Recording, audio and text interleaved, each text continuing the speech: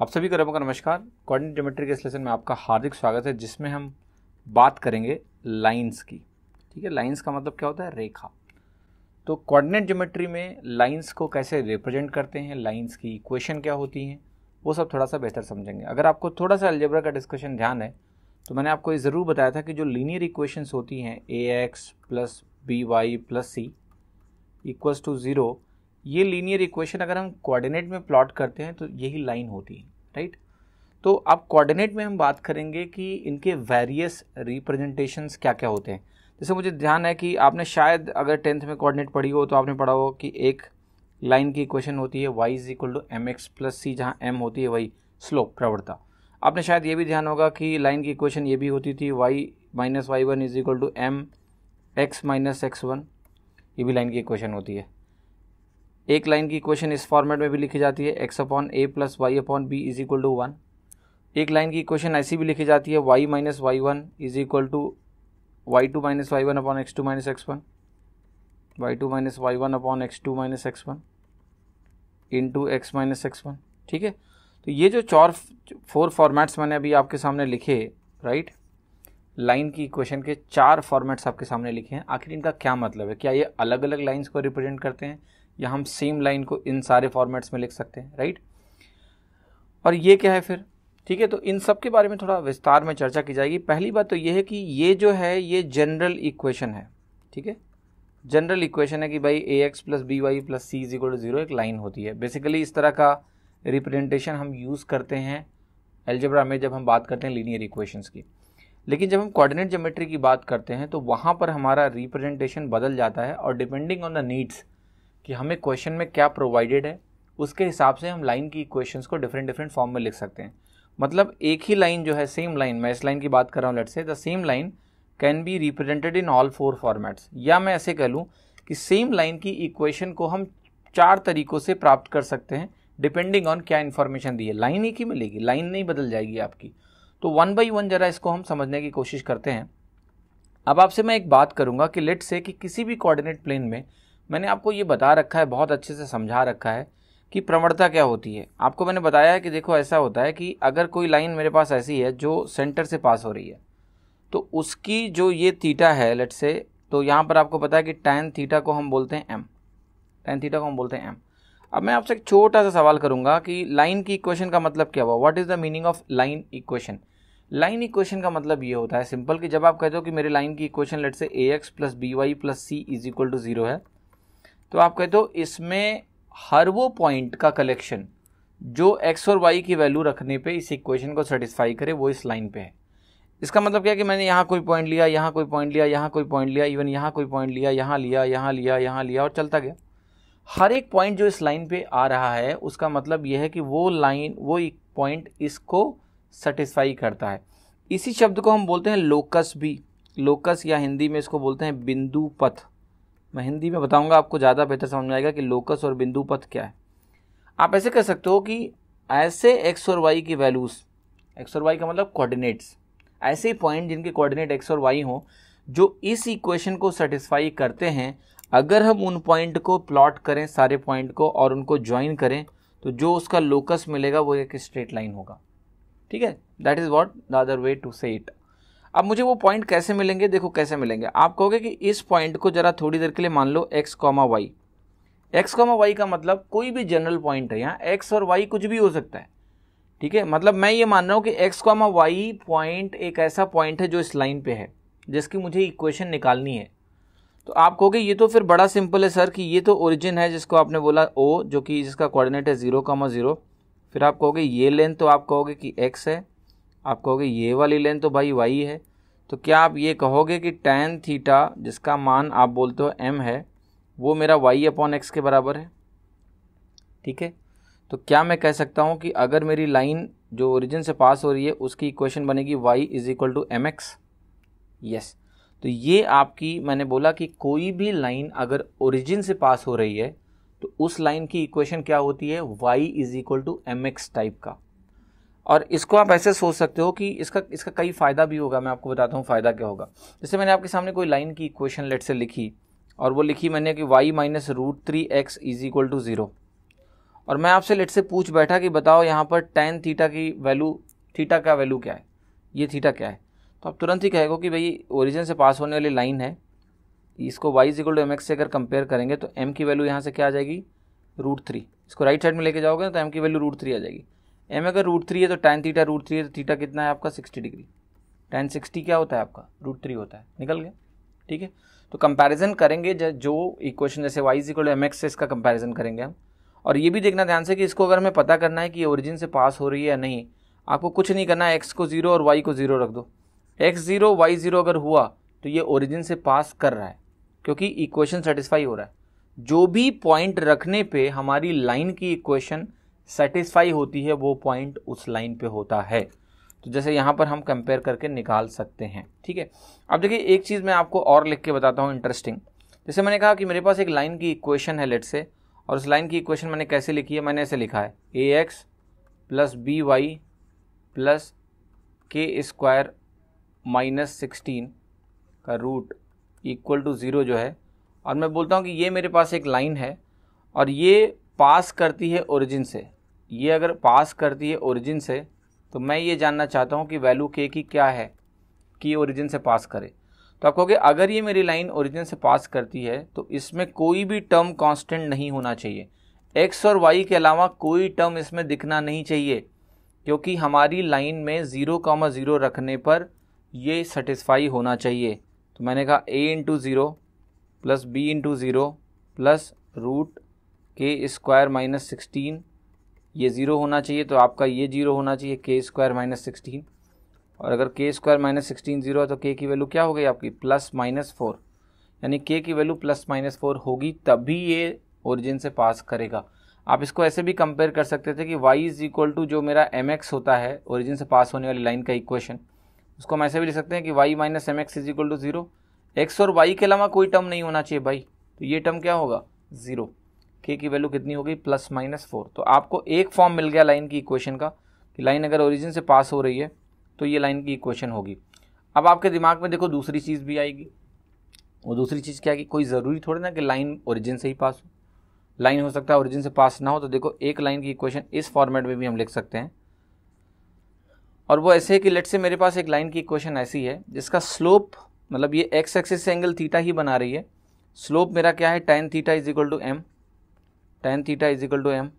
फ़र्क सिर्फ इतना आया है कि अब ये जो लेंथ है, पहले ओरिजिन से पास हो रहा था, अभी लाइन ओरिजिन से पास नहीं हो रहा है, इस डिस्टेंस को बोल रहे हैं हम c, और इस पॉइंट का कोऑर्डिनेट ऑटोमेटिकली आपको पता चल गया क्या होगा, 0,c।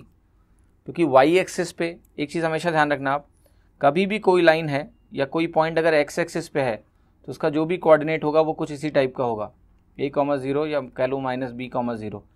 मतलब x एक्सिस पे कोई भी पॉइंट है तो उसका y कोऑर्डिनेट 0 होता है, y एक्सिस पे अगर कोई भी पॉइंट है तो उसका y कोऑर्डिनेट तो 0 नहीं होगा, लेकिन x कोऑर्डिनेट उसका 0 हो जाता है, ये ध्यान रखिएगा। तो यहाँ पर मैं y एक्सिस पे हूँ तो 0,c मैंने लिख दिया। अगर ये लेंथ मेरी c है, इस लेंथ को हम बोलते हैं y इंटरसेप्ट। ध्यान रखना, c को हमने क्या बोला है, y इंटरसेप्ट, कि y एक्सिस पे ये c का जो है, c की लेंथ जो है ये y इंटरसेप्ट कहलाती है, और ये डिपेंड करता है कि हमें प्लस लेना है माइनस क्वेश्चन के हिसाब से। फॉर एग्जांपल जैसे हमारी जो इक्वेशन है, अगर मैं इसको लिखूं y = mx, मैं आपने बोला कि उसका स्लोप m है, तो आप कहोगे y = mx, तो उस लाइन का इक्वेशन होता जो x = 0 से पास होता, x = 0 और y = 0, ओरिजिन से पास होने वाली लाइन। लेकिन अगर मेरी लाइन ओरिजिन से पास नहीं हो रही है बल्कि वो y इंटरसेप्ट बना रही है c का, तो वो लाइन की इक्वेशन हो जाती है y = mx + c। ओरिजिन से पास नहीं हो रही है तो y = mx + c। आप खुद देखो, जब आपने x और y को 0 रखा, मतलब मैं इस पॉइंट की बात कर रहा हूँ, ये पॉइंट जब आपने रखा तो आपको 0 नहीं मिला, आपको एक्चुअल में c मिला। ठीक है, या आप ऐसे समझ लो कि इफ़ आई पुट x = 0, इस लाइन में अगर मैं x = 0 रखता हूँ तो मैं किस पॉइंट की बात कर रहा हूँ कि इस लाइन का x कोऑर्डिनेट कब 0 है, मतलब इस पॉइंट की बात कर रहा हूँ जब y आपका c के बराबर है। तो ये y इंटरसेप्ट आपका निकल के यहाँ से आ गया। फॉर एग्जांपल जैसे मैंने आपसे लेट से बोला कि मेरे पास एक लाइन की इक्वेशन है y 2y - 2√3x + k = 0। ठीक है, मैंने ऐसा आपको दिया, और मैंने आपको एक चीज़ बता दी कि जो y इंटरसेप्ट है जो वाई इंटरसेप्ट है इस लाइन का, ठीक है, वो आपका -4 है। तो के की वैल्यू बताओ। वाई इंटरसेप्ट क्या है आपका? -4 है। के की वैल्यू आपको बतानी है। तो आप कहोगे इस लाइन को अगर मैं ध्यान से देखता हूँ और इसको y = mx + c के फॉर्मेट में मैं लिखूँ तो ये बनेगा y = √3x - k/2, ये बनेगा। ये तो m को डिनोट करेगा, लेकिन ये किसको डिनोट करेगा? y इंटरसेप्ट को, जिसकी वैल्यू कितनी आ गई? -k/2। अब देखो जरा k की वैल्यू हमें निकालनी है कब? जब y इंटरसेप्ट -4 हो, यानी ये वैल्यू -4 है। हमेशा देखना कोऑर्डिनेट में क्या होता है ना, डिस्टेंसेस का भी साइन होता है। पॉजिटिव एक्स एक्सिस में प्लस, नेगेटिव एक्स एक्सिस में माइनस, पॉजिटिव वाई एक्सिस में प्लस, नेगेटिव वाई एक्सिस में माइनस। तो जब हमने जनरल इक्वेशन लिखी y = mx + c, तो यहाँ पर c को कभी भी लिखना है तो साइन के साथ ही लिखना है। अगर c नेगेटिव है, -4 वाई इंटरसेप्ट है, तो c क्या होगा? -4 होगा। तो यहाँ जब आपने c को -4 रखा तो k की वैल्यू आपकी कितनी आ गई? 8। k की वैल्यू हमने सॉल्व कर ली, k विल बी 8। ठीक है, ये आपने निकाल लिया। अब देखो कई बार हमें लाइन की इक्वेशन ऐसे लिखनी पड़ जाती है कि वो कहते हैं कि हमारे पास एक लाइन है और उस लाइन का स्लोप दिया हुआ है m, स्लोप प्रोवाइडेड होता है, और कहते हैं कि ये बताओ कि अगर ये लेट से एक पॉइंट 1,2 से पास हो रही है तो बताओ लाइन की इक्वेशन क्या है। ठीक है, हमें लाइन की इक्वेशन बतानी है जो 1,2 से पास हो रहा हो। तो आप कहोगे कि यहाँ पर एक इसी लाइन पे एक पॉइंट लेते हैं x, y, जो कहीं भी हो सकता है, कुछ भी हो सकता है। आप कहोगे इसी से हम इसको सॉल्व करेंगे। कैसे मैं कहूँगा करोगे? आप कहोगे कि इसको ऐसे ज्वाइन करो, तो ये पॉइंट क्या होगा? x, 2। ये पॉइंट क्या होगा आपका? देखो ये क्या होगा? x, 2 होगा ना। और यहाँ अगर हम जाते हैं तो हमने क्या किया? x कोऑर्डिनेट तो वही है, y कोऑर्डिनेट आपका y हो गया। तो ये लेंथ अगर हम पता करें कि ये लेंथ क्या है, तो आप कहोगे ये लेंथ हो गया आपका y - 2 और ये लेंथ आपका हो गया x - 1। ठीक है, तो आप कहोगे यहाँ से अगर मैं tan थीटा लिखता हूँ जो कि मेरा स्लोप प्रवणता m है, वो कितना आ गया आपका? वो आ गया आपका y - 2 upon x - 1, y - 2 upon x - 1। तो मैंने कहा कि इसको आप लिख लो। ठीक है, m = आ गया। अब जरा मुझे एक बात बताओ कि ये जो लाइन है इसमें m आपका स्लोप है जो कि आपको दिया होगा। स्लोप अगर दिया है तो इसको जरा ध्यान से देखो, और इसी को मैं क्रॉस मल्टीप्लाई करने जा रहा हूँ। देखो क्या मिल रहा है मुझे? y - 2 = m x - 1। ये लाइन की इक्वेशन का थर्ड फॉर्म हो गया। इसका अगर मैं सिंप्लीफाई करूँ, इसको जनरल टर्म में लिखूँ कि अगर मेरे पास एक लेट से लाइन है और वो लाइन जिसका स्लोप आपको प्रोवाइडेड है कि m है और वो x1, y1 से पास हो रही है, तो लाइन की इक्वेशन होती है y - y1 = m x - x1। छोटा सा एग्जांपल देता हूँ। मान लिया कि कोई भी लाइन है जो पॉजिटिव एक्स एक्सिस से थीटा बना रही है 30 डिग्री। ठीक है, ये मैंने बोल दिया, थीटा 30 डिग्री बना रही है पॉजिटिव एक्स एक्सिस से, और वो लाइन 2,3 से पास हो रही है। उस लाइन की इक्वेशन निकालो। तो आप क्या कहोगे? आप कहोगे पहले तो मैं प्रवणता निकालूंगा, स्लोप m जो कि tan थीटा होता है, पॉजिटिव एक्स एक्सिस से 30 डिग्री का एंगल बना रहा है एंटी क्लॉकवाइज डायरेक्शन में। ध्यान रखना हमेशा जब भी एंटी क्लॉकवाइज एंगल दिया होगा थीटा = 30, तभी आप थीटा को पॉजिटिव लोगे, अगर क्लॉकवाइज है तो नेगेटिव लोगे। ठीक है, तो यहाँ पर tan 30 अगर जो लिखोगे आप, इसमें थीटा हमेशा एंटी क्लॉकवाइज एंगल होता है जो कि वैल्यू आपको दे देगा 1/√3। अगर मेरा ये वैल्यू 1/√3 आ गया तो अब इक्वेशन आप कैसे लिखोगे? y - y1 यानी 2,3 से पास हो रहा है, तो आप कहोगे y1 ये हो गया = m आपका 1/√3 है, ये लिख दिया। x - x1 क्या हो गया? x - 2 हो गया। तो ये वैल्यू आप ध्यान से देखो क्या आया? √3y - 3√3 = x - 2 आया। अब इक्वेशन को आप इसको कैसे भी अरेंज करके लिख लो। फॉर एग्जांपल आप ऐसे लिख सकते हो कि ये इक्वेशन हो गई आपकी x - √3y - 2 + 3√3 = 0। That is what the equation is. x - √3y - 2 + 3√3 = 0। तो देखिए बहुत आसानी से आप इन चीज़ों को लिख सकते हो, आपको पैनिक नहीं होना चाहिए। ठीक है, ये थर्ड हो गया आपका, थर्ड इक्वेशन हो गई लाइन की। अब देखिए फोर्थ आपकी लाइन की इक्वेशन जो होती है वो कैसे होती है? लेट्स से मैंने कहा कि मेरे को एक पॉइंट दे दिया गया कि 2,3 ये पॉइंट है और 5,4 ये पॉइंट है। ठीक है, और मुझे बोला गया कि कोई भी लाइन जो है इन दोनों पॉइंट से अगर पास हो रही है तो उस लाइन की इक्वेशन बताओ क्या होगी। तो आप कहोगे अभी हमने एक चीज़ पढ़ी है कि अगर मुझे प्रवणता m मालूम है तो लाइन की इक्वेशन होती है y - y1 = m x - x1। अभी पढ़ा मैंने। लेकिन आप कहोगे इसमें आपको प्रवणता मान लिया नहीं दी गई है और आपको केवल ये दिया हुआ है कि ये पॉइंट है, ये पॉइंट है और आपको लाइन की इक्वेशन बतानी, क्योंकि 2 पॉइंट अगर मैंने आपको लाइन पे दे दिए तो लाइन डेफिनेट हो गई। ऐसे ही देखो आप पीछे, अगर मैंने आपको 1 पॉइंट दे दिया लाइन पे और एक स्लोप प्रोवाइड कर दिया लाइन का, तो लाइन डेफिनेट हो गई, ठीक है, कि एक ही लाइन होगी। सिमिलरली यहाँ पर है कि मैंने आपको 2 पॉइंट बता दिए, दोनों को ज्वाइन करने वाली लाइन, तो एक ही लाइन होगी। तो यहाँ पर देखिए एम आप लिख सकते हो, प्रवणता आपको पता है कैसे लिखते हो, आपको पता है प्रवणता आप कैसे लिखोगे, आप कहोगे प्रवणता होगी सिंपली, और ये y1 और x1 कोई भी पॉइंट ले लो इन दोनों में से, सिंपल मुझे यही तो चाहिए, एक पॉइंट और स्लोप इक्वेशन लिखने के लिए। तो मैं जनरल इक्वेशन लिखवा रहा हूँ आपको, ये पॉइंट हटा रहा हूँ अब। तो ये m है, लेट से ये x1 y1 है, और m लेट से आपको प्रोवाइडेड नहीं है, और ये आपका x2 y2 है। तो मैंने यहाँ पर लिखा x2, y2, और जब आपने ये लिखा तो आप कहोगे y minus y1 will be m times x minus x1। तो आप कहोगे m की वैल्यू क्या होगी भाई, y2 minus y1 upon x2 minus x1 into x minus x1, और ये हो गया आपका y माइनस y1। ठीक, that's very simple and this is the equation. अगर आपको ये दे दिया जाए कि 2 पॉइंट्स दिए हैं और आपको लाइन की इक्वेशन निकालनी है, तो ऐसे लिखोगे। फॉर एग्जांपल मैंने कहा कि ये 3,4 है और ये 5,8 है, आपको लाइन की इक्वेशन आपको लिखनी है। तो आप सबसे पहला काम करना, m निकालना, स्लोप m आपका हो जाएगा y2 minus y1 upon x2 minus x1। तो ये वैल्यू आपकी कितनी होगी, 4/3, सॉरी 5 माइनस 3 है ना, 2 आ जाएगा। सो 4/2 आपका कितना हो गया, 2। आप क्या करना है, आपको हो गया y माइनस y1, ये रख दिया मैंने 3, sorry y minus y1 is 4 is equal to 2 into x minus x1, x minus 3। So you can simplify it, 2x minus y आपका मिलेगा कितना, -6 और -4 वहाँ जाएगा, आपका हो जाएगा 2। सो 2x माइनस y कितना हो गया आपका, +2। ठीक, तो यहाँ पर एक चीज़ और इंटरेस्टिंग है, देखो कि आप कहोगे कि कैसे पता चलेगा कौन सा पॉइंट x1 y1 वाला है, कौन सा पॉइंट पता चलेगा, उससे फ़र्क नहीं पड़ता है, राइट। जैसे मैंने कहा कि एक पॉइंट और स्लोप पता होना चाहिए, एक पॉइंट और स्लोप। तो आपने लेट से एक पॉइंट मान लिया, एक स्लोप मान लिया। आप इवन एक काम कर सकते हो कि जब आपने स्लोप निकाल लिया है लाइन का, तो आप एक कोशिश करो कि आपने कहा कि मैं इसको ऐसे निकालूंगा कि ये पॉइंट मैं लेके चलना चाहता हूँ, तो मैं कहूँगा ले लो y माइनस y1, यहाँ पर आप लिखना y माइनस 8, कोई दिक्कत नहीं है, ठीक है। आपने कहा कि मैंने लिखा इसको y माइनस y1, तो मैंने कहा लिखा यहाँ y minus 8 is equal to, ये तो वैल्यू आपकी 2 ही रहेगी लेट से, और फिर आपने कहा कि आप कहोगे x माइनस x1 की जगह आप x माइनस 5 लोगे, मैंने कहा ले लो, कोई दिक्कत नहीं है। जरा इसको सिंप्लीफाई करो, देखो क्या मिल रहा है आपको, क्या मिल रहा है, 2x minus Y, 2x minus Y, और ये वैल्यू कितनी होगी, -10, उधर जाएगा, ये भी 2 ही देगा, सेम लाइन मिलेगी।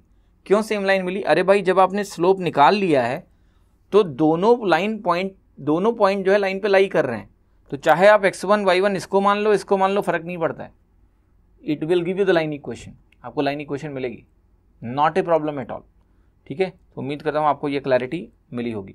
अब देखिए एक और फॉर्म होती है लाइन की इक्वेशन की, उसको भी थोड़ा समझ लेते हैं। वो लाइन की इक्वेशन देखिए क्या होती है, ये ध्यान रखना कि अगर आपको ये मैं बता दूं कि x एक्सिस का इंटरसेप्ट a है और y इंटरसेप्ट आपका b है, किसी भी लाइन का यूनिकली बता दूं, आपको पता है क्या पता चल गया। अगर मैंने आपको ये बता दिया कि x इंटरसेप्ट a है, मतलब किसी भी लाइन को आपने ड्रॉ किया, कुल मिला के मैं कुछ ऐसा कह रहा हूँ कि x इंटरसेप्ट आपका 3 है, y इंटरसेप्ट आपका 2 है, ऐसा बोल रहा हूँ, ठीक है। तो जब भी ऐसा दिया होगा तो आप लाइन को यूनिकली बना सकते हो, क्योंकि निर्देशांक ज्यामिति में यानी कोऑर्डिनेट ज्योमेट्री में इंटरसेप्ट का जो साइन होता है वो भी क्लियर होता है। अगर मैंने कहा इंटरसेप्ट 3 है, तो 3 इंटरसेप्ट का मतलब क्या होगा, पॉजिटिव एक्स एक्सिस में 3। कोऑर्डिनेट ज्योमेट्री में साइन देना जरूरी होता है। -3 बोलेंगे तो एक्स एक्सिस में जाएगा नेगेटिव, -3 अगर उन्होंने बोला तो ये कहानी हो गई कि भाई ये -3 है और ये 2 है। अगर 3 और 2 है तो ये कहानी है, लाइन यूनिकली लोकेट हो रही है। तो इस केस में बेसिकली आपको देखो क्या मिल गया, a,0, यहाँ क्या मिल गया 0,b, 2 पॉइंट मिल गए। 2 पॉइंट अगर मिल गए तो 2 पॉइंट अगर मालूम है तो लाइन की इक्वेशन आप जरा कैसे लिखते हो जरा बताओ आपको। कि पहले मैं इसका लिखूंगा स्लोप, प्रवणता। स्लोप कितना होगा भाई, y2 minus y1 which is 0, sorry b minus 0 upon x2 minus x1 0 upon a which is minus b upon a। अब देखो मैं अब निकालूंगा कि a,0 से पास होने वाला और इस प्रवणता वाले लाइन का इक्वेशन क्या होगा। तो आप कहोगे y minus y1 is equal to m into x minus x1 which is a। इस इक्वेशन को अगर आप सिंप्लीफाई करोगे तो देखो आपको क्या मिलने वाला है। इस इक्वेशन को अगर सिंप्लीफाई करूँ मैं तो मैं -b से लेट से उधर डिवाइड कर दूँ लेफ्ट हैंड साइड को, तो ये मिलेगा कुछ ऐसा, x अपॉन a, -b निकल गया है -1। और इसको अगर आप सिंप्लीफाई करोगे तो x upon a plus Y upon B equals to क्या मिलेगा आपको 1। तो ये ध्यान रखो कि अब किसी भी लाइन का इक्वेशन अगर आपको एक्स और वाई इंटरसेप्ट पता हो, देखिए फॉर्म एक ही है, उसी से हम क्या कर रहे हैं कि डिफरेंट केसेस के लिए यूजफुल इक्वेशंस लिख रहे हैं। अगर आपको दोनों इंटरसेप्ट में बता दूं तो क्या बेहतर है आपके लिए, सीधा ऐसे इक्वेशन लिखना। जैसे इस लाइन की इक्वेशन आप मुझसे पूछ रहे हो तो मैं कहूँगा ये होगा X upon 3 plus Y upon 2 is equal to 1। इसकी इक्वेशन आप पूछ रहे हो, मैं कहूँगा X upon -3 plus Y upon 2 is equal to 1। तो अगर मुझे इंटरसेप्ट पता है तो क्यों ना मैं ये फॉर्मेट यूज करूँ, लाइन वही आएगी। आप कोई और तरीका निकाल के लाइन की इक्वेशन निकाल लो, सेम मिलेगा आपको, इक्वेशन वही आएगी। हम अलग अलग फॉर्मेट पढ़ रहे हैं ताकि हम इसको जल्दी निकाल पाएं, so that it does not take it any time. ठीक है, हम इसको आसानी से कर पाएं। तो देखिए जो फॉर्म आपको मैंने सारे दिए हैं they are very very useful, है ना। इन फॉर्म को आपको अच्छे से ध्यान रखना है। Now coming to the next thing जो कि आपके लिए और बहुत बहुत ज़्यादा इंपॉर्टेंट है, वो ज़रा देखते हैं। और वो जो पॉइंट है वो आपके लिए काफ़ी यूजफुल है। वो पॉइंट जो आपको मैं अभी बताने जा रहा हूँ वो मैं ये बताने जा रहा हूँ कि लेट्स से कि मैंने आपको बता दिया कि जनरल फॉर्म्स क्या हैं। अब जो लाइन की इक्वेशन आपने ऐसे देखी होगी ax plus B Y plus C बराबर 0, ये जनरल फॉर्म की जो इक्वेशन है दे बिकम वेरी इंपॉर्टेंट। जैसे मैंने आपसे कहा कि भाई मेरे पास लाइन है 2x plus 3y plus 5 is equal to 0। अब मैं इसमें मान लिया आपसे कुछ पूछ बैठूं कि बताओ इसकी प्रवणता क्या है, व्हाट इज द स्लोप। तो आप कैसे निकालोगे भाई प्रवणता क्या है, स्लोप क्या है। तो आपको मैं बताता हूँ, देखो दोनों का कंपैरिजन करा के मैं आपको दिखा दूँ। आपको लाइन की जनरल इक्वेशन पता है कि नहीं, कि एक जनरल इक्वेशन लाइन की होती है y is equal to M X plus C. ये जो लाइन की इक्वेशन होती है वहाँ पर m क्या होता है, स्लोप होता है। मैं इस इक्वेशन को इस फॉर्मेट में लिखने की कोशिश करूँगा। तो आप कहोगे ये वैल्यू बनाएगा B Y is equal to minus A X minus C, बनाएगा कि नहीं बनाएगा, यस। तो आप कहोगे y की वैल्यू क्या बन जाएगी, minus of A upon B into X minus of C upon A, बनेगा कि नहीं बनेगा, सी अपॉन बी बनेगी। ठीक है, ये बना। अब देखिए यहाँ पर जो कुछ बोलूँगा उसको हमेशा के लिए बिल्कुल कंठस्थ कर लो। अगर मैं अब कंपैरिजन करूँगा सर तो ये m जो जहाँ लिखा है, देखो इधर तो लेफ्ट में y हो गया ना, आप कंपैरिजन कर सकते हैं। राइट में x के साथ जो कुछ भी लिखा हुआ है पूरा, ये क्या होगा, स्लोप m के कंपैरिजन में। तो मैं आपको अभी लिख रहा हूँ कि m की वैल्यू जो आपकी यहाँ से आई that is minus of a upon B, और minus of a upon B को आप क्या बोल सकते हो, माइनस, मैं लिख रहा हूँ कॉफिशिएंट ऑफ a क्या है, कॉफिशिएंट ऑफ x है कि नहीं है, देखो ध्यान से, yes, minus of coefficient of x upon b क्या है, कॉफिशिएंट ऑफ y। तो हमेशा ध्यान रखो ये a b छोड़ दो, अभी क्या ध्यान रखना है आपको, और वो सबसे ज़्यादा इंपॉर्टेंट है कि आपको ध्यान रखना है ये, ठीक है, कि आपको कभी भी कोई इक्वेशन अगर दिखे और मैं आपसे पूछ बैठूँ कि बताओ इस इक्वेशन की प्रवणता क्या है, तो आपको क्या करना है, आपको सिंपली बोलना है कि minus of coefficient of x plus divide by minus, तो है कॉफिशिएंट ऑफ y। तो देखो यहाँ पर कॉफिशिएंट ऑफ x क्या है आपका 2, कॉफिशिएंट ऑफ y क्या है 3, क्या करना है, एक माइनस लगा देना है। तो इस इक्वेशन की अगर मुझसे प्रवणता पूछोगे, स्लोप पूछोगे, तो क्या होगा, -2/3।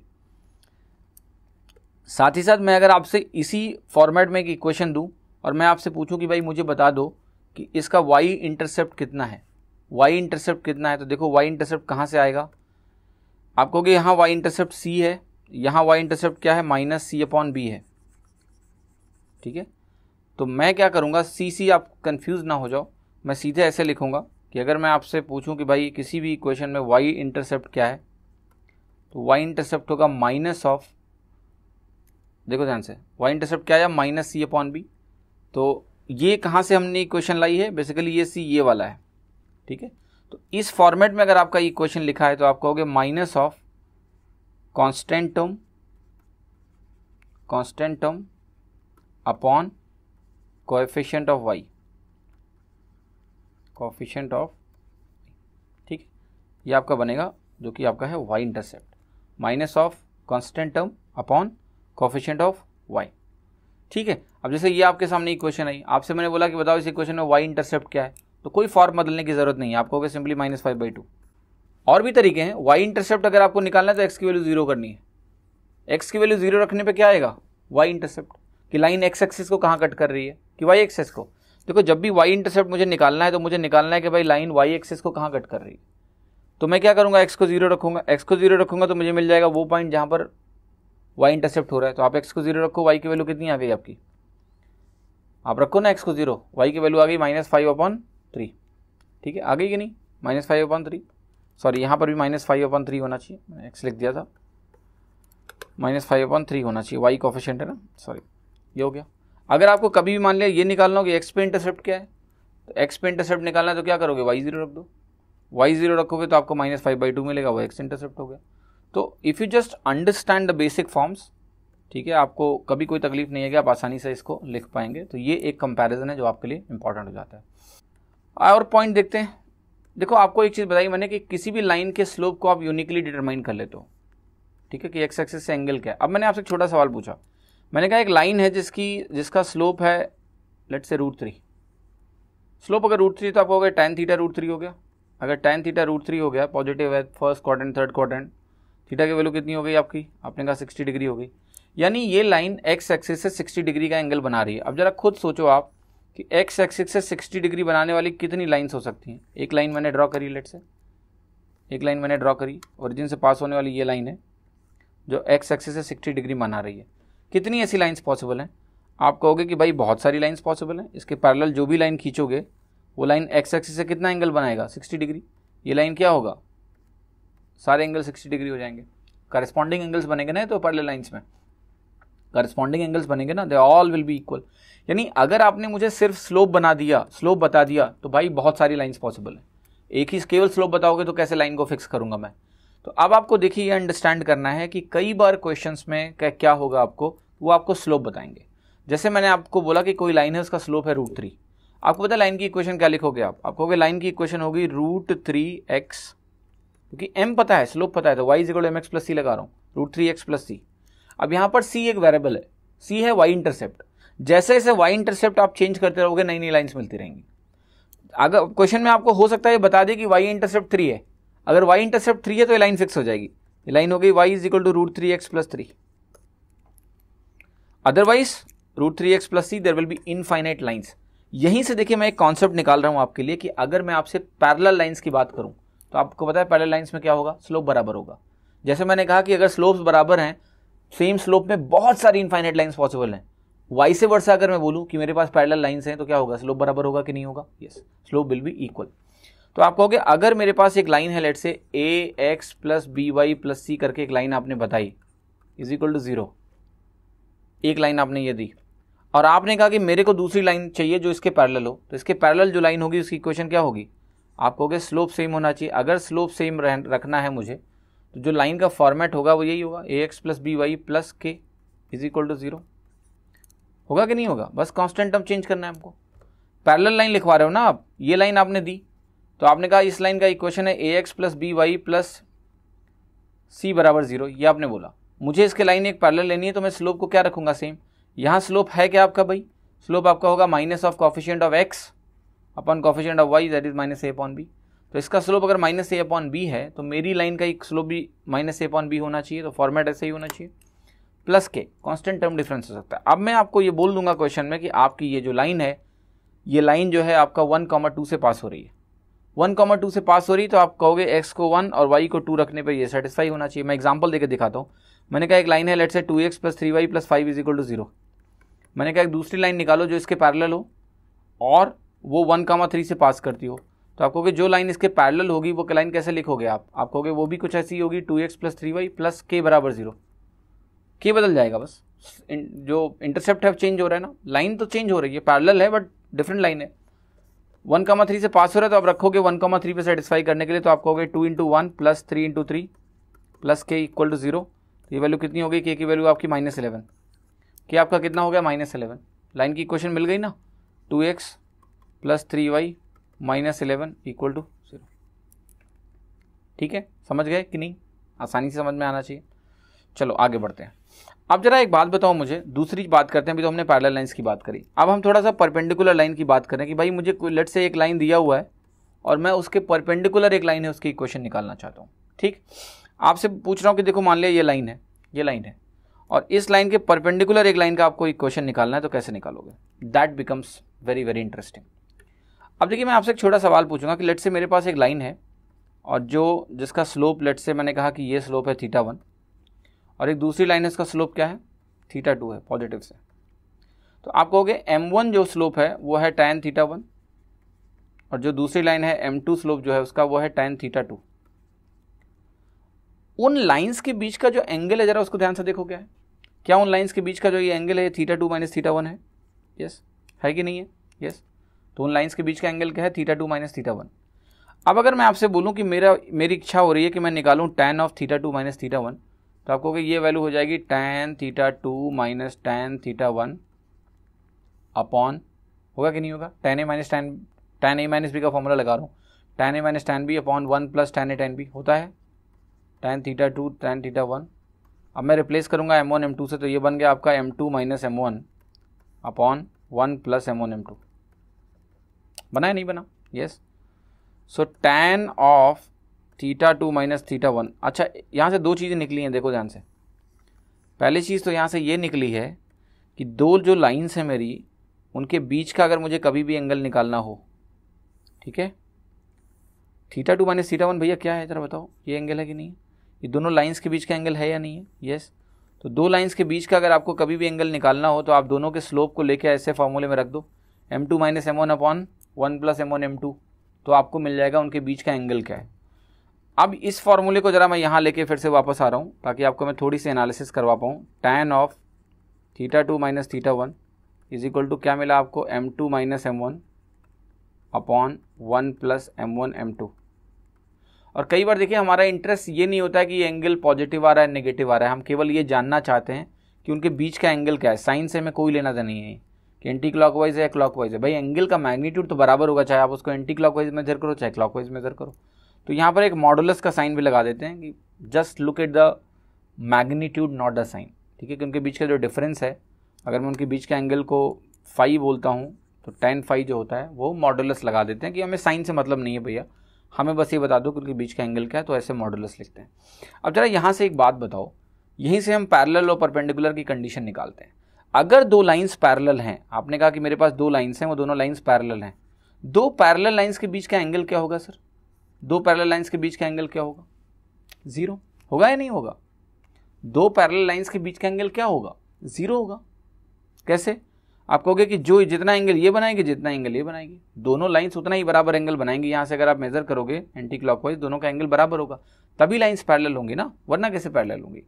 तो आप खुद देखो कि जब हम उनके बीच का एंगल 0 है, यानी हमें फाई को 0 करना है, इसको 0 लेके आना पड़ेगा, तो m2 m1 के बराबर होना चाहिए।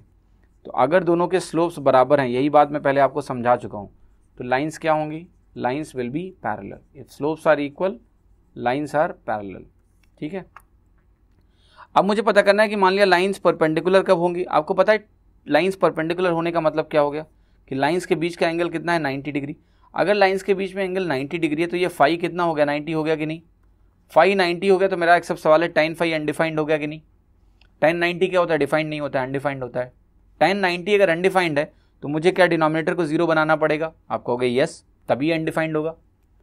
न्यूमरेटर को 0 करने से कुछ नहीं होता है, डिनोमिनेटर 0 करो तभी अनडिफाइंड बनेगा, जिसको आप tan 90 बोलते हो। तो 1 प्लस m1 m2 जब 0 हो जाएगा तब लाइंस मेरी पैरेलल होंगी, परपेंडिकुलर होंगे आई मीन। तो यानी m1 m2 आपका जब -1 के बराबर होगा तो लाइंस परपेंडिकुलर होंगी। इसको हम ऐसे भी बोल सकते हैं कि m2 is equal to -1 upon m1। ये जो रिलेशंस मैंने आपके सामने लिखे हैं, वेरी वेरी इंपॉर्टेंट रिलेशंस, ठीक है। ये एग्जाम में आपसे डायरेक्ट भी पूछे जा सकते हैं।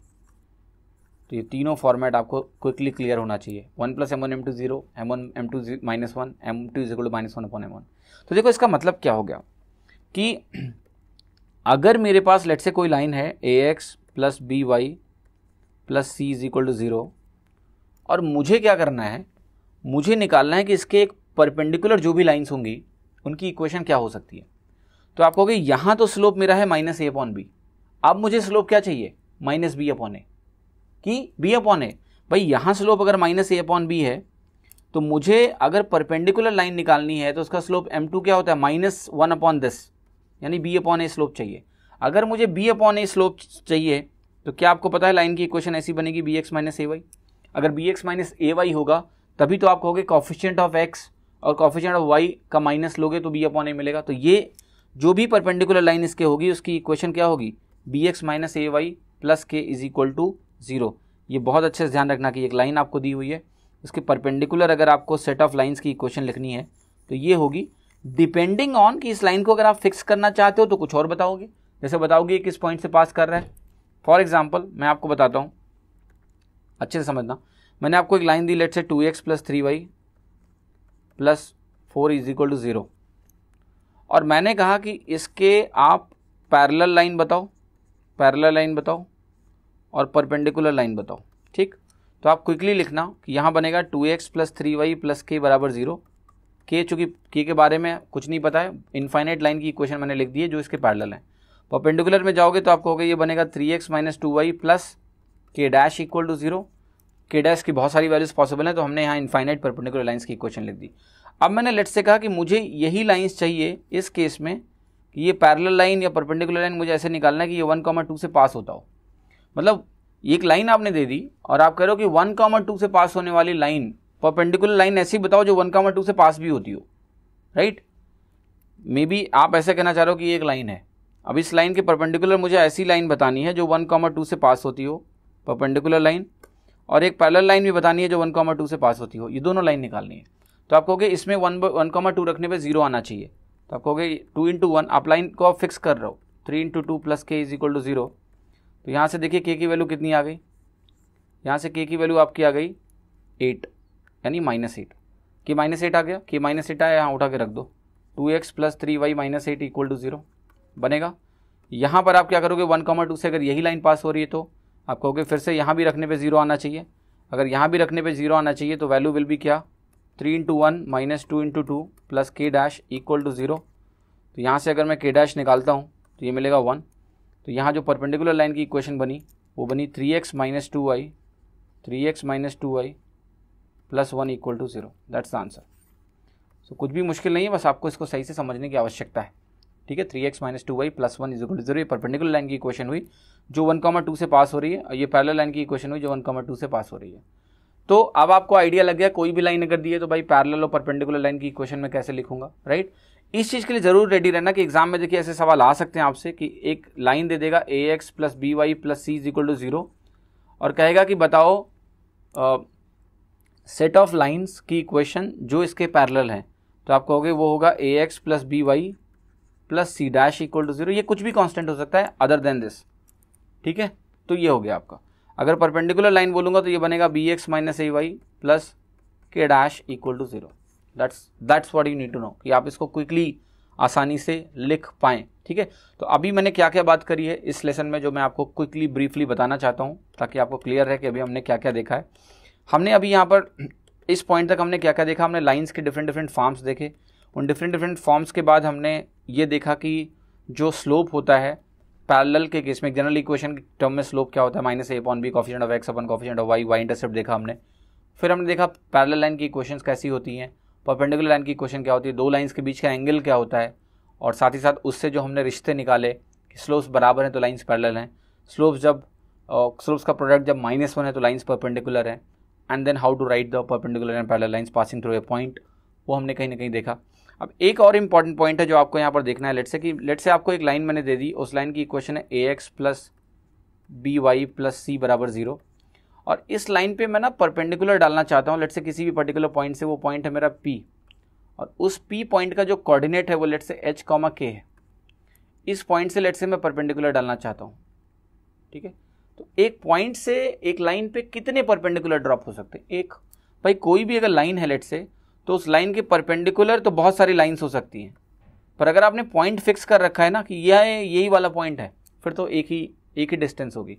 तो ये जो डिस्टेंस होती है कि एक पॉइंट h, k है, वहाँ से अगर हम परपेंडिकुलर डालते हैं एक लाइन पे, तो वो डिस्टेंस क्या होती है। तो देखो डिस्टेंस कैसे निकलती है मैं आपको बताता हूँ।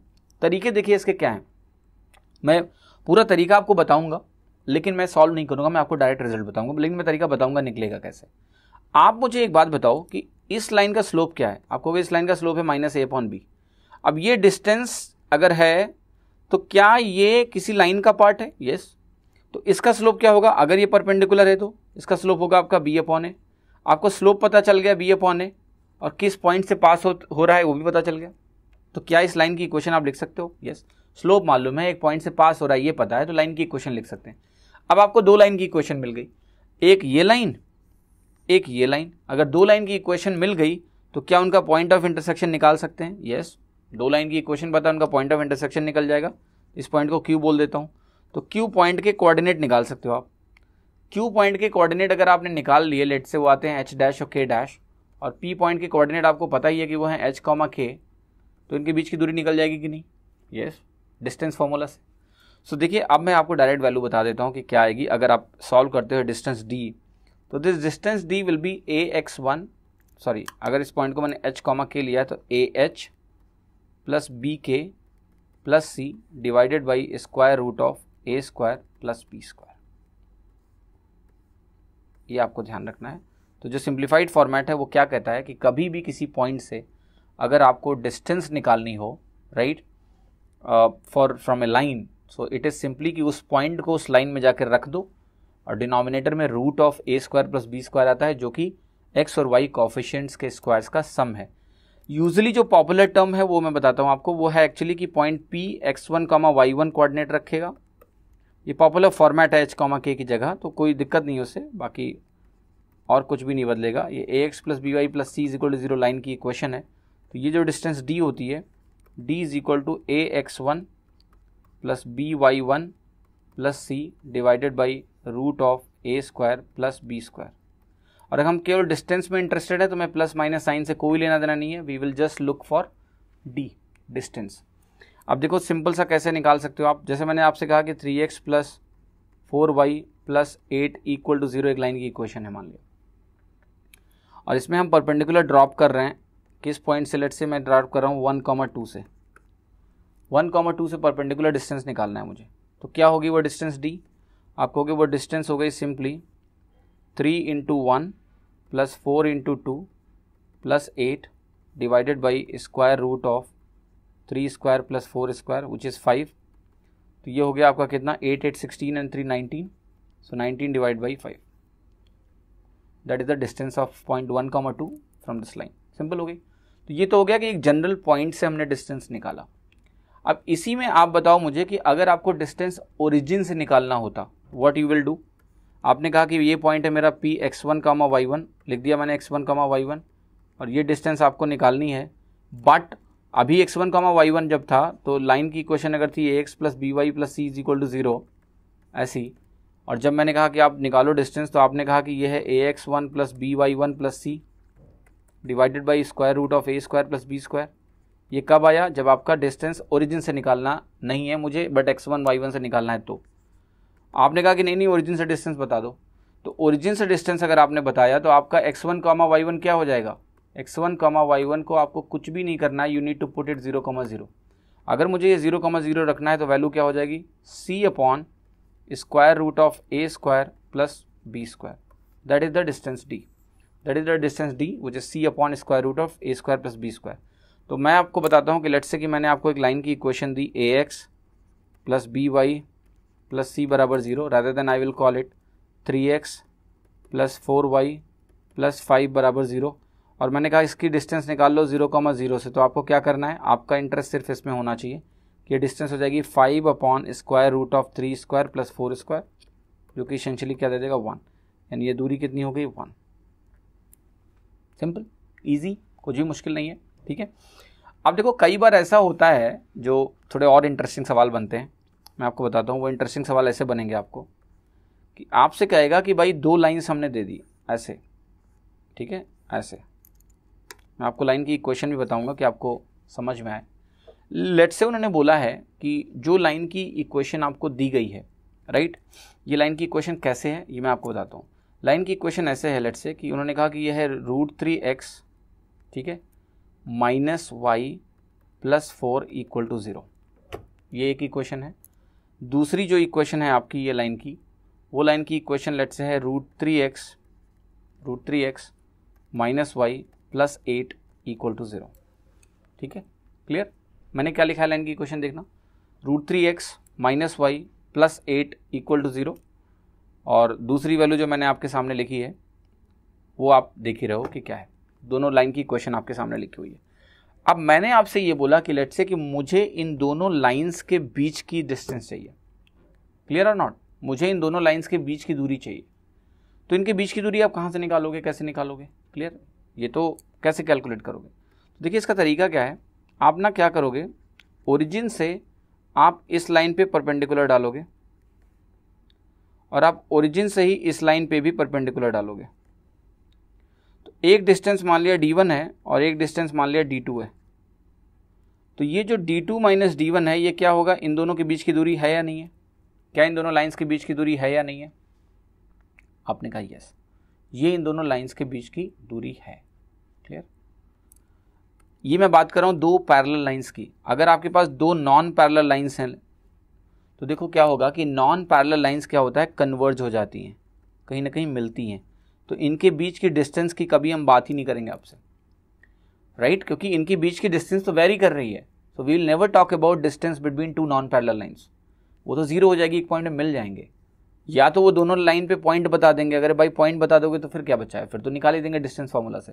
बट अदरवाइज अगर केवल दो लाइन की इक्वेशन देके आपसे उनके बीच की दूरी पूछी जाती है तो वो हमेशा पैरेलल लाइंस होती हैं, क्योंकि उनके बीच की दूरी कहीं भी आप निकालोगे ना perpendicular, they will be same. That makes sense. वो कभी मिलती नहीं है, बराबर डिस्टेंस मेंटेन करके चलती रहती है। तो यहां पर आपको d2 माइनस d1 निकालना है। अब आप कहोगे यार एक बार d2 निकालेंगे एक बार d1 निकालेंगे, ऐसे तो बड़े परेशान हो जाएंगे। ठीक है, आपको पता है कि अगर आप d1 निकालोगे तो आपकी वैल्यू क्या आएगी, आपकी वैल्यू आ जाएगी 4 upon square root of this square which is 3 and this square which is 1। बनेगा या नहीं बनेगा? सो अल्टीमेटली ये वैल्यू आ गई 2। d1 आपका कितना आ गया 2। जब आप d2 निकालने जाओगे तो नीचे तो 2 ही आएगा, ऊपर आपका 8 आएगा, तो ये वैल्यू कितनी आ गई 4। तो आइडियली वैल्यू आपकी क्या आ गई 4 माइनस 2, और 4 माइनस 2 आपको क्या दे देगा 2, इनके बीच की दूरी। अब देखिए क्या होता है, कई बार ये कन्फ्यूजन हो जाता है लोगों को, कहते हैं कि अब ऐसे तो बार बार परेशान होंगे। ठीक है, और वो थोड़ा सा चीज़ें क्या करते हैं ना कि उनसे गलतियाँ कैसे होती हैं मैं आपको भी समझाता हूँ, वो मिस्टेक कहाँ कर बैठते हैं। देखिए उनसे मिस्टेक कहाँ होती है, मिस्टेक ऐसे हो जाती है कि ये जो लाइन्स हैं लेट से ऐसी हैं, राइट? मैं ये आपको पैरेलली दिखा रहा हूँ, बट यूजुअली क्वेश्चन जब एग्जाम में आएगा तो आपका क्या आएगा, जो पहले आपने लाइन्स की इक्वेशन लिखी है मैं उन्हीं तरह की लाइन्स की यूज़ करूँगा, राइट? मैंने आपसे कहा लेट से कि आपके पास है √3x minus Y plus 4 equal to 0 एक लाइन है, और एक आपके पास है √3x माइनस वाई और माइनस 2 इक्वल टू 0, ऐसे करके दो लाइन्स हैं। और मैंने आपसे कहा कि इनके बीच की दूरी बता दो। तो आपने कहा ये तो बहुत सिंपल है, अभी सर ने पढ़ाया, निकालते हैं। आपने कहा d1 निकालेंगे तो ये हो जाएगा modulus of c upon origin से दूरी निकालेंगे और वहीं से आंसर मिल जाएगा। तो आपको कोई d1 निकालेंगे तो ये होगा 4/2, 4/2 आपको 2 देगा। फिर आप d2 निकालने चले जाओगे, d2 जब आप निकालोगे तो आप कहोगे ये जो वैल्यू मुझे दी है √3x माइनस वाई माइनस 2, यहाँ से जब मैं d2 निकालने जाऊँगा तो मुझे नीचे तो 2 ही मिलेगा और ऊपर क्या मिलेगा -2, तो ये वैल्यू आ गई 1। अब आपने कहा इनके बीच की डिस्टेंस निकालनी है, तो भैया मैंने कर दिया d2 माइनस d1 जो कि आ गया 1, और जैसे ही आपने 1 निकाला और आपने एग्जाम में मार्क किया तुरंत ही आपको मिल जाएंगे -1। गलत हो गए आप, गलत हो गए आप। देखिए जब मुझे केवल एक ही डिस्टेंस निकालनी थी तो इस मॉडुलस का मतलब नहीं था। डिस्टेंस निकालनी है, नेगेटिव आएगा पॉजिटिव आएगा, बोल देंगे 2 आया। यहाँ जैसे -1 आ रहा है तो 1 आ गया। मॉडुलस इसलिए लगाते हैं कि जब आपको एक पॉइंट से एक लाइन की दूरी निकालनी है तो हमें साइन से मतलब नहीं होता, हमें डिस्टेंस चाहिए, तो मॉड लगा देते हैं कि पॉजिटिव वैल्यू ही बताओ, हमें नेगेटिव मत बताओ। ठीक है, लेकिन जब हमें डिस्टेंस दो लाइंस के बीच की निकालनी है तो ये बहुत मैटर कर जाता है कि वो लाइंस ओरिजिन के एक ही साइड में है या अपोजिट साइड में है। जैसे आपको मैं बता रहा हूँ कि यही चीज़ आप पिछले सवाल में करो, जैसे यहाँ आपने यही गलती करी होती तो कोई दिक्कत नहीं होती, मॉडुलस लगा भी लेते तो आंसर आपको 2 ही मिलता, नहीं लगाते तो भी आंसर 2 ही मिलता। वहाँ इसलिए गलती नहीं हुई क्योंकि लाइंस जो है ओरिजिन के एक ही साइड में है, तो ओरिजिन के जब एक ही साइड में है तो दोनों का जो वैल्यू आएगा वो सेम साइन का आएगा। तो आपने मॉडुलस लगा के डिफरेंस लिया या मॉडुलस नहीं लगा के डिफरेंस लिया, कोई फर्क नहीं पड़ता है। लेकिन अगर लाइंस ओरिजिन के अपोजिट साइड में हो गई, जैसे इस केस में है, गलत हो जाओगे आप, क्योंकि आपने यहाँ साइन चेंज कर दिया। इसलिए अब जो बता रहा हूँ ये आप ध्यान रखना, आपसे जीवन में गलती नहीं होगी। आपने कहा एक लाइन की इक्वेशन जो है वो मैंने कहा a1x plus b1y plus c1 is equal to 0 है मान लिया, और दूसरी लाइन की जो इक्वेशन है वो है मान लिया a2x plus b2y plus c2 is equal to 0। दो लाइन्स की इक्वेशन मैंने आपके सामने लिख दी। आपको इनके बीच की लेट से पैरेलल लाइन्स हैं, और अगर ये पैरेलल लाइन्स होंगी तो आपको पता है ये a प्लस बी और ये भी a प्लस बी टाइप का ही लाइन होगा, और इनके बीच की डिस्टेंस लेट से आपने कहा कि d है, और ये डिस्टेंस अगर मुझे निकालनी है d, तो आपको करना क्या है, एक चीज़ का ध्यान रखना, ये जो भी वैल्यूज़ हैं इनको ऐसे ही उठाओ, हमें कोई छेड़खानी इनके साथ नहीं करनी है। हम सीधे लिखेंगे c1 minus c2 upon square root of A square plus B square. फिर आप ले लो मॉडुलस। आपको मैं दिखाता हूँ मैंने क्या बोला है। मैंने आपको ये बोला है कि आप ऐसे लगा के फिर आप सॉल्व करो, C1 माइनस C2 हो जाएगा, कोई फर्क नहीं पड़ेगा। जैसे मैंने ये सवाल देखा आपको, और मैं आपसे पूछूं कि बताओ भाई यहाँ पर जो डिस्टेंस निकलेगी इनके बीच में वो क्या होगी, ठीक है। तो आपको कुछ नहीं करना है, आपको C1 उठाना है पूरा +4, C2 उठाना है जो कि है -4। अब आप करोगे क्या, C1 माइनस C2, तो आप यहाँ पर कहोगे कि ये C1 है +4 तो मैं लिखूंगा +4 माइनस C2 है -2 तो मैं इसको लिखूंगा -2। ये क्या बनेगा आपका, C1 माइनस C2 6 बना, divided by square root of this 4 यानी 2, डिस्टेंस कितनी आ गई 3। That is the right answer. यहाँ हमने एक मिस्टेक करी थी जब मॉड लगा दिया था तो पहले ही, तो ये +2 और -1 आया था, इनके बीच की दूरी एक्चुअल में क्या है 3। कोऑर्डिनेट में आपको बताया डिस्टेंसेस भी साइन के साथ आती है। मॉड हम कब लगा देते हैं, जब हमें उनसे मतलब नहीं होता है। जैसे जब हमारा एक ही पॉइंट है और एक लाइन के बीच में दूरी निकालनी है, आप +4 बोलो -4 बोलो, क्या फर्क पड़ता है, डिस्टेंस तो 4 ही है ना। तो वहाँ मॉड लगा के एग्जामिनर पूछता है आपसे कि भाई दूरी बता दो बस, ठीक है।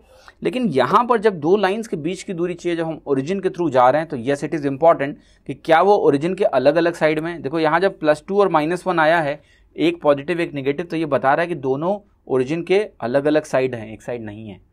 तो इसको हम पहले ही सही कर सकते हैं जब हम इनको सीधे उठा के, अगर ये अपोजिट साइन है पहले ही जोड़ दें, ठीक है। मतलब आपको C1 माइनस C2 लेना है। पहले तो इस फॉर्मेट को देखो कि क्या XY के कोफिशिएंट से पैरेलल लाइन मिल रही है। यस अगर मिल रही है तो ये C1 माइनस C2 उठा लो और सीधे आप सॉल्व कर लो, आप कभी गलत नहीं होगी। तो आपकी टेंशन खत्म। आपको सिर्फ इस फॉर्मेट में लाइंस को लिखना है, C1 minus C2 upon root A square plus B square कर लो, आपका आंसर आ जाएगा distance between two parallel lines. Non parallel line में डिस्टेंस का सेंस नहीं बनता है, वो मैंने आपको अभी थोड़ी देर पहले बता ही दिया। तो उम्मीद करता हूँ आपको ये लेसन भी पसंद आया होगा। अभी कोऑर्डिनेट में काफ़ी कुछ सीखना है, देखते रहिए वीडियोस और अच्छे से सीखते रहिए। Thank you, have a great time.